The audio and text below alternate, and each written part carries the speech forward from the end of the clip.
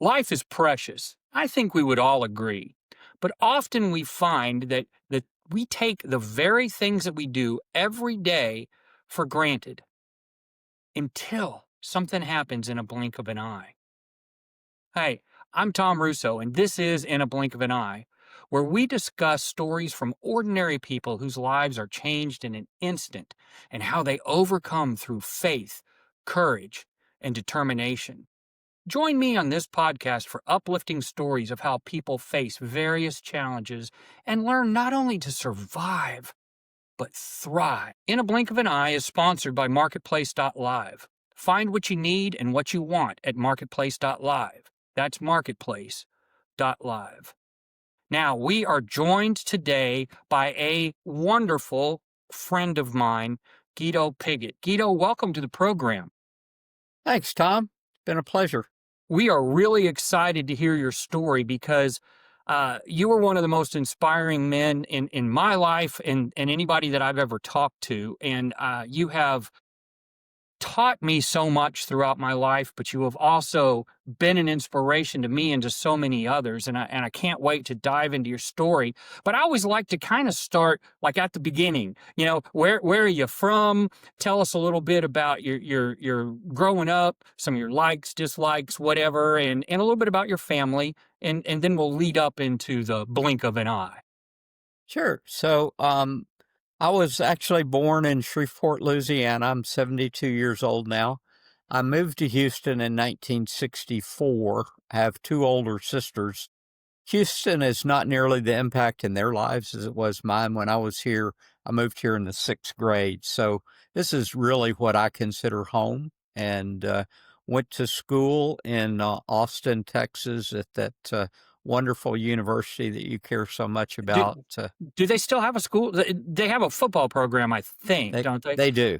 They do, a renowned one at that. But went to school in Austin, came back and began a career in banking. That was kind of an interesting story in itself, but I had no intention of being a banker when I went to school in Austin, even when I transferred into business school. But that's where I wound up, and now I'm here 48 years later, and that had turned out to be, the business love of my life. I enjoy banking, met so many people, trained so many people. So many people have helped me up by the bootstraps to become a good banker, and so that's a huge part of my life. Well, and that of course is where we met, and I believe we met in 1996, if I remember correctly. And we met at a bank called Central Bank, and that's where our careers kind of intertwined, and you became an important part in my life. Now, through the years, there's been many ups and downs. We all have them. But one of the things that has amazed me about you has always been your faith and your strength with your faith. But I know there was something that happened in 2017 that affected millions of people, but it really impacted you. Tell us a little bit about what happened in 2017. Sure. So the blink of an eye for me, Tom, came a few minutes after midnight on Sunday, August 27th of 2017. Now, I assume most of your subscribers will recall Hurricane Harvey and the Yes. incredible impact it had on the Houston area. While I've been through several large hurricanes in Houston, I have lived here since 1964. None of my prior experience had me remotely prepared for what would happen when the rising waters resulting from the storm began to penetrate our home. Now, this was our final dream home for my wife, Lori, and myself. We bought our home in 2012 to be closer to our church so we could do a weekly Bible study in our home. We Stop for both just planned a this to be our second. final destination, assuming health would allow that. Yeah, stop for just a second. I want the viewers to be able to see a picture of those floodwaters over that dream home of yours. You shared a picture with me. I'm going to have that here for them. Sorry to interrupt you. Please go ahead. Sure. So I thought what I'd do, Tom, is just start out a little bit just to give people perspective, just some factoids on the storm itself. Uh, the storm came inland over Texas in August on August the 23rd. You notice it impacted our house on the 27th. It's a long time for a hurricane to hang around. It was a Cat 4 with 130-mile-an-hour winds when it came in. It generated over 50 inches of rain in the greater Houston area, and they've estimated that was the equivalent of 2.5 trillion gallons of water. That's with a T. There were 50,000 plus homes that were flooded, and over 30,000 people were displaced. There were over 500,000 cars in Houston that were flooded. And then when the storm finally came inland, the worst possible thing that could happen did. It slowed to the point that it hardly moved for the next 4 to 5 days. It was crazy. I remember that too, that exact time you were talking about. My kids were just coming back from a trip overseas, and we actually picked them up. They were the last flight to come into Intercontinental Airport that night, and as we were driving them back to our house, the cops were closing each exit as we went because they were flooding. So I remember that time greatly, and it too scared me more than anything I've ever been through. It was crazy. It was a crazy time. Right. So, interesting thing about that too is the last thing, honestly, that I remember before the storm came in, there was a special on TV in Houston that night about the Cajun Navy. And that was something that I was fascinated by. You know, the Cajun Navy became infamous in 2005 when Hurricane Katrina hit. But it's just a group of informal volunteers. There's no legal structure that I'm aware of. But when disaster hits, they bring boats and trucks and supplies and help where they can. So that night, I think at about 8 o'clock at night, Laura and I were watching TV together, and there was a feature on the Cajun Navy.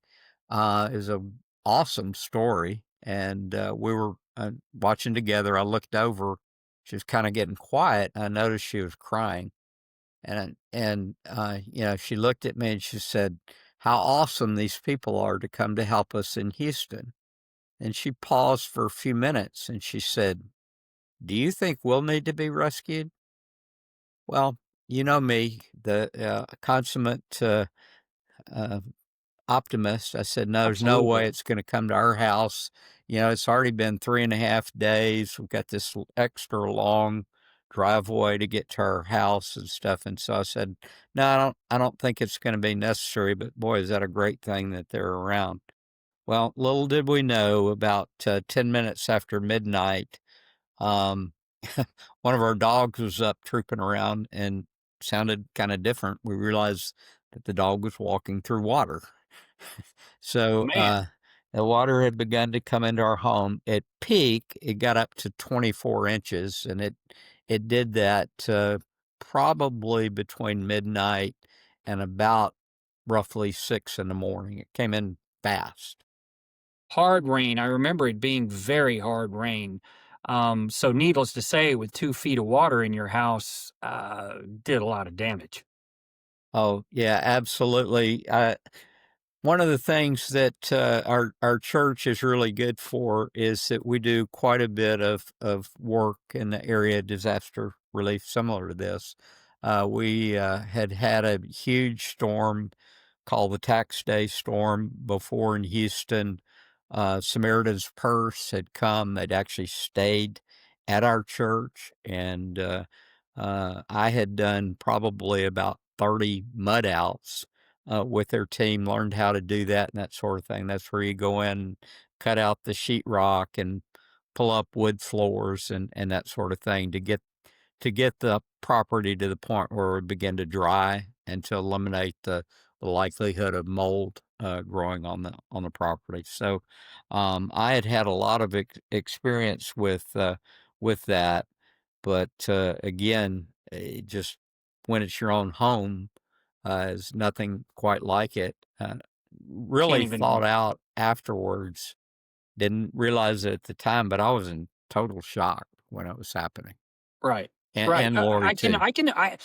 I can see how that would just be something totally out of it's like watching a movie. You just don't think it's gonna happen to you, and when you're thrust into that situation, that's the whole concept of in a blink of an eye, is that you don't think that that thing is going to happen to you, so tell us a little bit about what happened next. That morning, Lori and I got up. We spent the night upstairs. We took our dogs upstairs. We spent the night on the second floor. Our master bedroom is down. Realized there really wasn't much we could do at 3 in the morning. We went upstairs. We moved as much furniture around as we could and, got things up off the floors to the degree that we could. But realized we just needed to go to bed and deal with this the next day. So I had sent you a picture that I took that next morning as soon as the sun came up. It was taken about 6:15, 6:30 in the morning, and it's a shot from our upstairs on the second floor looking out over the street in front of our house. Here's that And picture when you again. see the picture, you'll notice there's a little tiny object to the left. That's our mailbox. It sits about 3.5 feet tall. It's on the curb, and the only thing that was standing up was the actual mailbox itself. Everything else it was covered with flood water. So I knew immediately as soon as I did that that we were in big trouble. So I went downstairs, went out the front door. The water was, still, present in the home, but I was able to get through the front door and recognize that if I kind of walked right along the house, the water was only about knee deep. As I went out further into the yard, it was chest deep. And so uh, our street runs from south to north, and as you go north, or I'm sorry, as you go south, it elevates.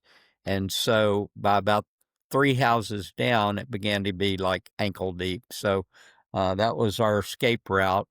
Came back and got Lori, kind of talked to her about what I thought we needed to do. It was a pretty simple plan. We each packed one black garbage bag, contractor bag. We got dog food for the dogs. Had 3 dogs in our house at that time: a German Shepherd, a Rhodesian Ridgeback, and a Chihuahua. And we packed for ourselves clothes for the next few days and toiletries, dog food, and decided to make a run for it. If I remember correctly, your cars got damaged pretty bad too, right? Lori's car was in the garage, and it was safe. It was elevated high enough.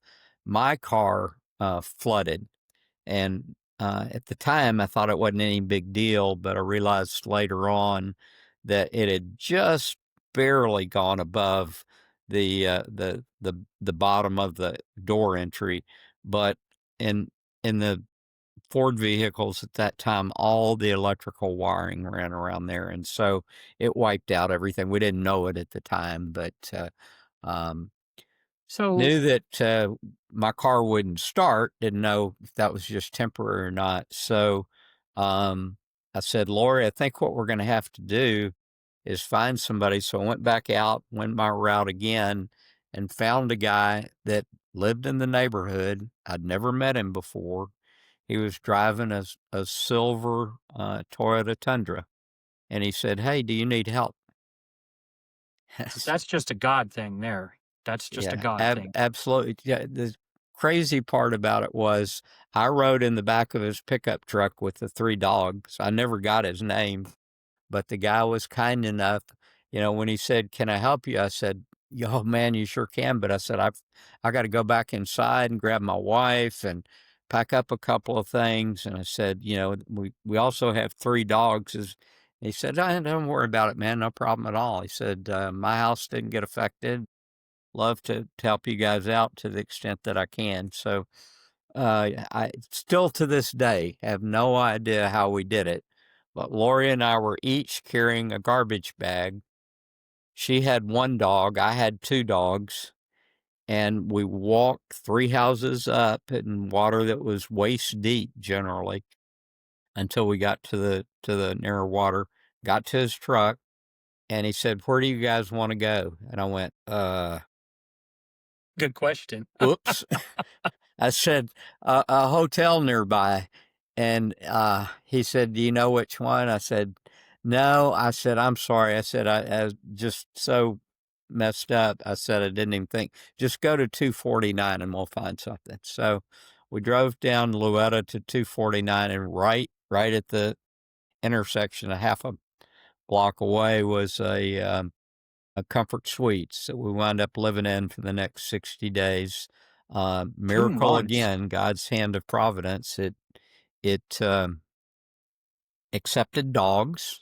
We had 3. They had a program going with FEMA where they would pay, the rental of the hotel would be covered, and so that's where he dropped us off, and we were able to kind of begin the resettlement, so to speak, of our lives. I know that it took quite a bit of time to rebuild your house with all the woodwork and uh, uh, Right. So the actual construction really lasted about 4.5 months. It was a month and a half before we approved to start it, and that's another big part of this story, how we got a relationship with a FEMA adjuster. But yes, we were able to rebuild. We were out of our house from August 27th until May the 8th, and we moved back in on May the 8th. And obviously, that was a memorable day in our lives. One of the things, Tom, that I've learned over the years, and as my Christian faith has grown, is how important perspective is. And I've been on the plus side of that for so many times, but I've worked with so many people over the years that have gone through trials and tragedies, loss of a child or loss of a job or, loss and of a, I. marriage, whatever the case may be. Perspective is so important. And the things that I've learned about that is when you first of all begin to go through trials, you get incredibly self-absorbed and self-focused. And again, didn't recognize that in myself, but man, was I self-absorbed. It's like that's the only thing that mattered to me. And then you have a tendency to feel like you're the only ones going through trials like that. And then lastly, if you're not careful, you have a feeling that God has abandoned you. And so as we're working through the shock of these first few days, um, that was all that I could get through my head. It was like, what can I do to worry about myself? It's And interesting that you say historically, I'd always been one to worry about others others. more so. Absolutely, you always have been. But it's interesting you say that, Guido, because this was really just the tip of the iceberg of this story, because there was something else brewing at the same time that I was working with you on, and we were really close at accomplishing something. Tell us about that. Yeah. So, in March of 2017, I left a bank job that I'd held for 10 years. Really had a lot of personal success there. The bank had done well, but it was a situation that was not pleasant personally, just with the way they dealt with their staff and particularly people that reported in to me. They treated me really, really well. But as you know, if I somebody worked does there. something to my Yeah. staff, you might as well stick a pencil in my ear because I get a little ornery about that. So I began to put together a plan that was really about 2.5 years in the making, and decided in March of 2017 that I would venture out. We were going to do a de novo bank in Houston. We were going to start a new bank in Houston. Began to talking about it with my best employees, people like you and some lenders and some underwriters and that sort of thing. And we decided that we would make that a goal to accomplish. And so we engaged legal counsel, got a great lawyer that worked on that for us. The issue was that I had set aside my retirement funds and had decided that, I can work off of those funds to get us through until we get the bank open. So that thing was going remarkably well. Um, we were able to get our private placement memorandum issued in June of 2017. By the middle of September, by the middle of August, we had actually brought in 27.5 million in commitments for capital. It's in almost 6 weeks' time. I mean, it was We going were on the fast. putting It was green. going We were on great. the putting green. And then that's where the parallel tracks began to run together. So when Hurricane Harvey hit, unfortunately, the bank was kind of the last thing on my mind for the first couple of days, and then I realized, my goodness. So the makeup of our investors were all predominantly Houston business owners. There was one of our directors and two of our investors that got hit hard by the storm, really bad. And I thought, well, we'll be able to survive that without those guys. We'll pick up some additional capital. But what began to happen was it was like the storm set over the bank as well as set over Houston. The business owners were concerned, rightfully so, about what impact it would have on the cash flow of their business. Even if their business wasn't impacted, they did business with hundreds of companies throughout the greater Houston area, and so they were concerned. A very common retort that I would get was, Guido, we love you, we love the plan, but that 500,000 I was going to invest in the bank, I need that for my business, so I'm not going to be able to invest with you. So in the span of 2 weeks, we went from 27.5 million down to just slightly under 20 million. We began to get additional commitments to fill that back up, and that was always the plan. We thought, we'll be able to do this. It'll be a little bit tough, but we'll be able to do it. And we got actually as high as 27 million again, but every time we would take a step forward, we took a step back. And so the to me, became obvious by about Halloween that we weren't going to make it. We continued the push actually through the first couple of weeks of February, but finally we had to cast aside that dream to do that. And that was a tough time. That was a 64 tough time years for all old, of us. Yeah. no income, Yeah. and So I so don't I so don't you you know you have about these you, house but problems. I found it to be a little difficult to get people to hire a 64-year-old banker to come into the industry and help their business. So so It so was a rough go. painting the picture, you've lost your house, you've lost your car, you lost your dream of getting this bank started.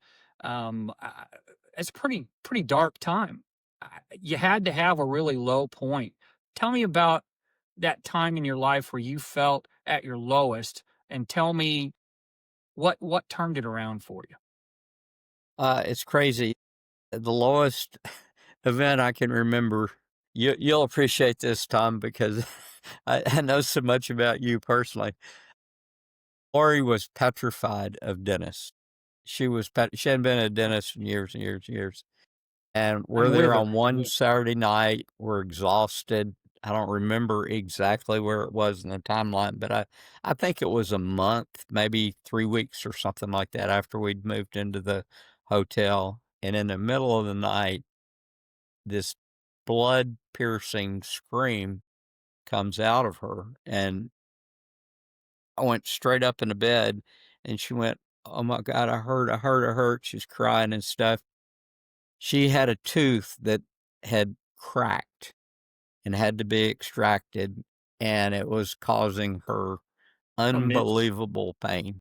Yes. So again, your perspective is so important when you're in the midst of this.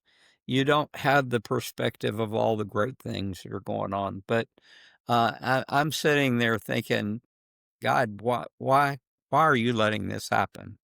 We've gone through all this, and now my wife has this incredible thing. We got up in the middle of the night. It was almost midnight again. Um, Took her to the emergency room. We found a Methodist emergency room on 249 that I didn't even know was there. All they were able to do is give her some pain medication, but it helped, and I think kind of restored our confidence that we'd be able to get through that temporary problem and stuff. But there's no question, it seems so silly with all the other stuff going on around us. That was the incredible low point. And in that low point, and I'm speaking from my own personal experiences, especially with the recent experience. You get to that low point, and like you said, you kind of feel like, God, why have you forsaken me? Why I try to be a good steward. We all sin and we all have had problems, but I try to keep a pretty straightforward life. Why is this happening to me? And you start doubting things, and you start fretting. And what was the point that turned it for you? That made you, kind of slap yourself and say, okay, let's get it going right. We know God has this. We know God has this. What was that point? Well, it was interesting.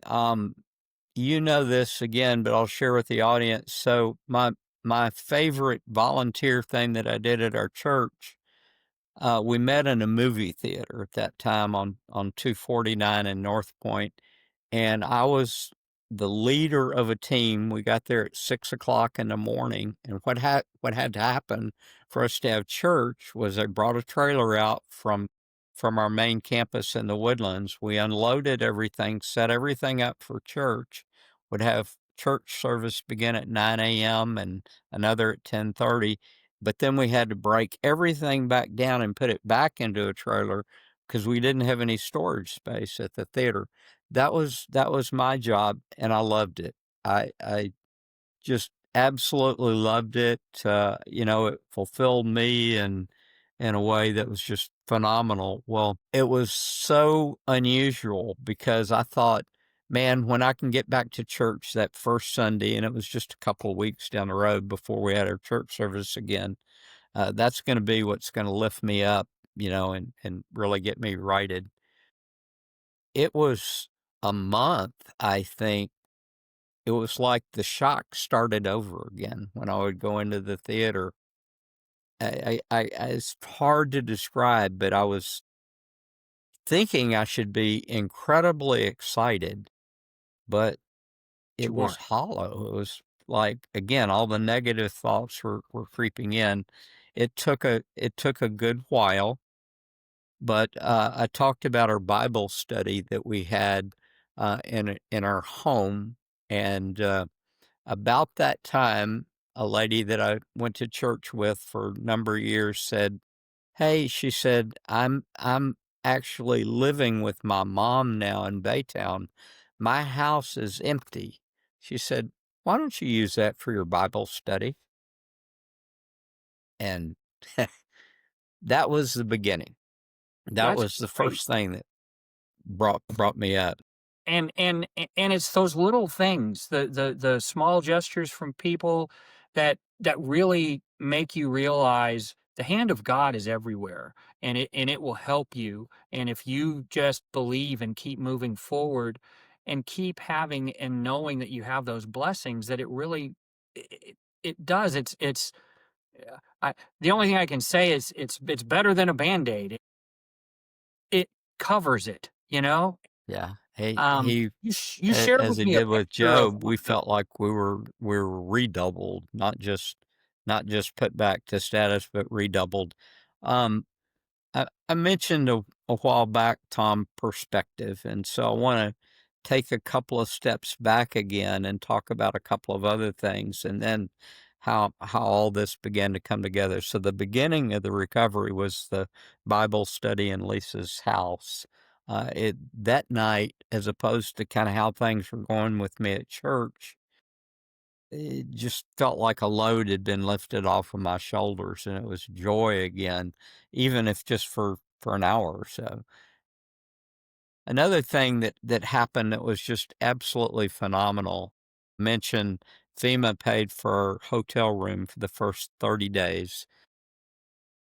We kept asking the manager of the hotel, "Hey, are we gonna be able to stay here beyond 30 days?" And she said, "I don't really know." She said, "We haven't heard yet." And I said, "Well, it's 30 days is 2 more days away," you know? I said, "What happens if we—" Well, she said, "I'm pretty sure they'll do that." Well, that worked pretty well for me, but Lori was so nervous about it. And anyway, long story short, they renewed us for the next 30 days, but the same thing. They said, "We don't know.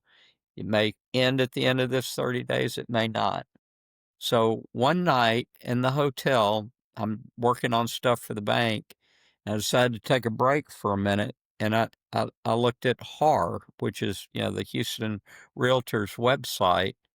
And, it's a big, big portal, tons of information. But as soon as I opened it up, this pop-up came up and it said, Hurricane Harvey Special. It was a rental home not 6 miles from our house. Gorgeous home, prettier than our house, to be honest with you. It was amazing. And, it had a guy's name and, said, "If you're interested, reach out to me." So I immediately called him. It went to voicemail, but he sent me a text back and he said, "If you could, can you call me tomorrow?" So I said, "Well, sure." You know? Long story short, he was such a gracious guy and stuff. He and his wife had bought that house, and his mother's, or I'm sorry, his wife's mother had gotten ill, and so they'd moved in with them temporarily, and they wanted to do something with the house. They weren't sure what to do with it. They talked about it and prayed over it and decided that they should offer to lease it to somebody in Hurricane Harvey. So things were going along spectacularly. I told him, I said, "I've got a perfect credit rating, that sort of thing. I've got plenty of funds that I can pay you." But I said, most people are going to do a background check. I said, "I don't have a job and I don't have any income." And he stopped and looked at me. He said, "Does that matter?" And that, my friend, is the hand of God. It is I- because most Incredible. people it would matter. I went back the next night, the night after that, and the night after that, and the night after that. That ad was never on HAR again. Again, you talk about the hand of God. I, I don't know. He said he'd put it up that day, and we answered. Anyway, long story short, that's where we stayed from November through May before we moved back in. Originally was a 90-day lease. He just said, "You guys just stay there. You're taking great care of the house. We don't care. Whenever you need to leave, you just let me know a week or two in advance." So like, holy cow. So that was one perspective. The other was just the mud out experience. I told you I'd mudded out quite a few houses in Houston. I knew how to do it. So I started reaching out to people in our Bible study and friends at the church and friends at work, etc. The day we did our mud out, we had over 33 people come to our home to help us clean up, which was That's just, amazing. that is that invaluable hand of God. And I want to stop for a second, and I know you shared a picture with me of a beautiful cross that one of your Bible study members made. Tell me a little bit about that. Well, I guess the best thing I can say about that is that, you know, God is always there. God is always there to protect us, and He knows what our needs are constantly. And so every time that I had a need, once my blinders came off and my perspective became restored, I began to see through a totally different lens. And so what I thought was the world's worst stuff became the world's best stuff.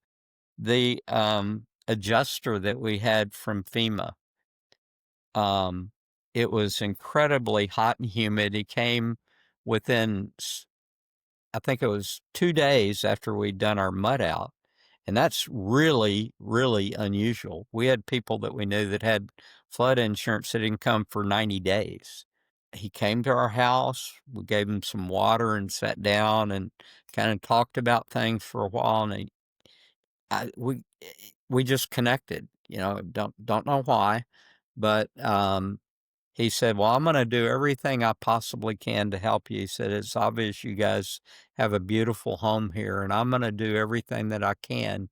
He said, "I've got to do some specific work while I'm here today," but he took his business card out and he wrote his cell number on the back and said, "Before you turn in anything to FEMA, you call me after you get my report, and I'm gonna show you how to get the most money back on your claim." He was We must taking have a talked to that added guy for note into 6 it. Yeah, times. that's fantastic. So, clearly, God put him in our path.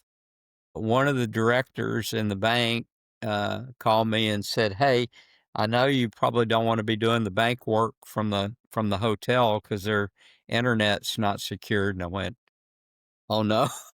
I completely forgotten about that. So he gave me an office to work from all that time and stuff. There were so many great stories about people that came to give us a boost. We had a contractor that went to church with us also that offered to help us. Getting a contractor during Was the almost Harvey impossible. aftermath was the most difficult. We knew he was a pretty good contractor. He and his sister ran their business, and we were able to get them to do the work for us. Kind of a funny side story to that about the ups and downs again. My mother was living in Natchez, Mississippi at that time, and so Lori and I decided she was so worried about us that we needed to make a trip to Natchez. They were roughly about halfway through with the construction of the reconstruction of her home. Lori had talked to the sister and said, "Hey, we're going out of town. Do you want us to give you a payment before we leave?" And they said, "No, no, no, we're fine. There's some sort of issue with one of the subcontractors, but don't worry about it. You guys go and we'll catch up next week." Well, we get to Natchez, and just before we got there, about 30 miles out, my phone starts blowing up, and it's the contractor's sister. She says, "I am so sorry to bother you." She says, "Something's gone terribly wrong, but what we thought was just a hangnail with this subcontractor, he's really mad and she said, I think he's got a problem on another job, but he's demanding to get his money this weekend or he's going to put a lien on the property." I'm like, "Oh man, come on." I said, we offered to give you the check." "No, yeah, we know, we know." So we thought, well, we'll get to Natchez, we'll call our bank, we'll do a wire transfer. Well, we got there, our bank has wire transfer capability, but we hadn't set it up, and it was a Saturday. So, long story short, we couldn't do a wire transfer. Lori and I got in our car, the 6-hour trip to Natchez, Mississippi from Houston. We'd been there an hour to visit with mom. Then we said, "Something has come up. We're going to come back, but we have to drive to you." So 6 hours to Natchez, 6 hours to Houston, gave them the check, went to the bank and got cash to pay them, gave them the money, I mean, and then drove back to Natchez. So we had an 18-hour trip to Natchez, but we solved the problem. Well, and again, I showed the picture here a minute ago, but the picture of the cross. Tell me the story behind the cross picture that you shared Yeah, with. so one of the members of our Bible study, Tom, is a great lady. She is so talented. She'll kill me if she listens to this broadcast when I say this. She's slightly older than I am, but she's one of these ladies that was raised in a time where she knew how to sew and how to, do household things and that sort of thing. She's incredibly talented. So she was there the day of the mud out, and apparently, unbeknownst to us, after we'd hauled all the trash out and that sort of thing, she stayed around for about an hour in the front yard, and she got a couple of little bags with her and was picking up stuff in the backyard. So the picture of the cross that I sent you were remnants that she found in our front yard. They were all broken pieces of china or vases, things that were important to us. We knew they were ours by the pattern or the color on them, or, this was our Christmas set, and this was our Valentine's Day deal that we used for this, or whatever the case may be. And she put all those pieces onto a cross for us. And again, once that my um, perspective was renewed, she gave us that, by the way, that first night we had Bible study after we moved back in. So it was obviously a very special gift. The perspective that I was given was that the pieces represented how broken we were. But through God's love, He puts us back together and makes us better people for that. Heart is racing. I mean, that's just a beautiful story. Well, let's end on a positive note. We know that things are going great for you. I do know that unfortunately Lori did pass away a while ago, but uh, beyond that tragedy, and in addition to the others, you have really moved forward. Tell us where we're at now. Where are you at now? Well, call me crazy, but I'm in the process of buying a bank again. And Tom knows much about this because he's the first person I called once I decided that it was going to make another run at it. It's a And I'm very slightly grateful. different plan this time. About 95% of our investment capital is with the Vietnamese people in Houston. I was introduced to a Vietnamese gentleman by one of my lenders that Tom and I worked with jointly at a bank back in 2004. So she thought enough about me to recommend me as a bank executive to help this gentleman form a new bank. And so we've been working on and off because of different things since September of 2022. But we're now very close to the finish line. In order to open a new bank, you have to raise $30 million in capital and you have to have regulatory approval. So as of today, we're at 28,480,000. Cross fingers, we've been promised the remainder of the funds to get us over 30 by Wednesday of next week. Sometimes people tell you that and they're very diligent about it, and other times it takes a little longer, but we think we'll have our capital raise completed by next week. We're getting regular feedback from the regulators on our plan, and so if all falls in the right place at the right time, which God has certainly allowed to happen thus far, we will open a new bank in Houston in either October or November of this year. Sorry. Is That is so exciting. I plan to be a big part of it. It was kind of a God thing because I was so despondent having to retire from teaching, as my listeners know.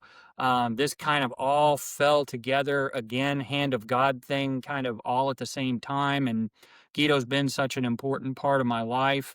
And so I am so excited about that next chapter for us. One last positive thing, and I know you've been doing it for a long time, but I know after this tragedy, I know you really stepped it up. Tell us a little bit about your ministry work, just Uh, briefly. I'm sorry, say one more Your time, your Tom. ministry work.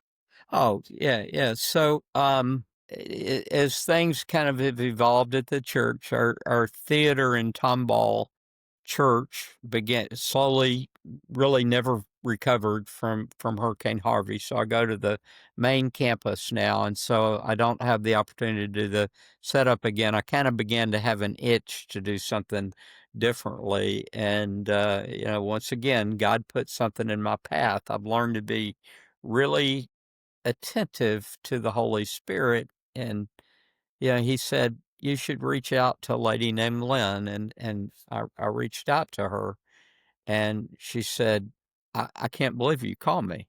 She said, I had you on my list to call tomorrow. She said, there's a nursing home in Tomball called Park Manor Tomball. And I said, oh, I'm very familiar with that. We did stuff with those residents every month for 5 years through our church in Tomball. She said, well, now they finally reopened the doors after COVID, and they're looking for someone to come in and do a church service. And I said, oh man, that's great. I'd love to do that. I can get a team, and I've done these Bible studies for so long that that shouldn't be any problem. She went, well, hold on a minute. She says they actually don't want any videos. They say they can watch videos all day long. They want someone to come in and deliver a live They deliver a 30-minute message. sermon. And so, once again, I said, God, did you actually tap on the right person's shoulder for that? And he assured me that that was what he called me to do. And so, we've actually been doing that for a little over 3.5 years now. We've done 3 funeral services. We've had 2 people give their life to Christ in a nursing home, which is totally amazing. I mean, you talk Is about It's just another gut-wrenching. testament to your unbelievable faith and leadership, and I wanted to include that in this story because it's something that, uh, as a good friend of yours, I am so incredibly proud of. Maybe the most proud of all the things that you've done, is of that, because it's so touching to me. Guido, we've talked for almost an hour. So I'm going to kind of wrap it up here. Your story is You don't so want another inspiring. hour's worth, Tom? We probably could. I want to wrap it up here a little bit, so I'm going to kind of put a bow on it, and then we'll talk. But if you like hearing uplifting stories of overcoming challenges in life, click the like and subscribe button. It's right up there. Perhaps you have a story of your own to share: an accident, sudden loss, PTSD, alcohol, drug abuse, a natural disaster, illness, and you would like to share that journey of overcoming. Please contact me at the email shown below for consideration for a future podcast interview. I want to thank everyone out there, especially my family, our military veterans, and first responders who put their life on the line every single day. And I certainly can't forget about our teachers and our medical professionals who all make the world better one person at a time. But most of all, thank God for all the blessings in our world. We just need to make sure we concentrate on them. Until next time, thanks to Guido Piggott, Carpe Diem, seize the day.